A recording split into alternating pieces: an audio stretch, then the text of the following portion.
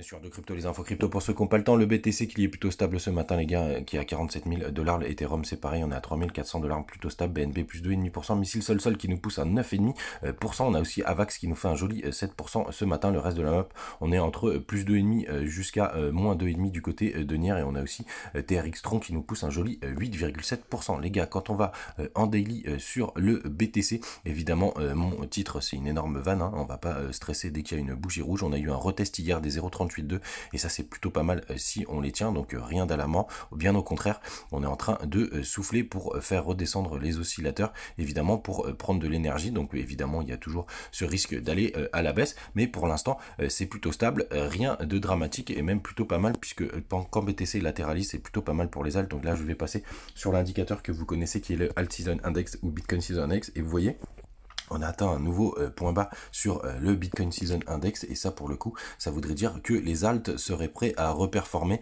dans le temps, hein, c'est pas imminent. Donc là si on choisit bien nos alts on peut avoir des jolies performances. Et d'ailleurs du côté de mes trades, de la mise à jour hier j'ai été la nuit je remonte mes stops pour éviter justement de prendre des gros flushs vers le bas. Donc je me suis fait prendre mon stop sur Rennes et après il a performé. C'est pour vous dire aussi la manipulation des cours, j'ai été pris sur cette petite ce petit flush qui est juste ici, mais évidemment dans mon risque management c'est ce que je fais. Donc j'ai été pris sur Rennes ce matin, je suis rentré sur One puisque je trouve qu'il avait des indicateurs qui sont très intéressants, que ce soit en daily, en 4 heures, en 1 heure et même très souvent je descends jusqu'en 15 minutes pour avoir un très bon point d'entrée sur les petits time frames quand je rentre sur des positions en levier. Mais les gars évidemment faites toujours très attention et vous voyez on peut avoir un gros flush ici si on arrive à former ce gros W. Donc moi je suis rentré assez agressif évidemment avec un risque management et ça c'est très important. Les gars faites bien attention quand vous tradez, surtout si vous mettez du levier, je le conseille vraiment pas, à bien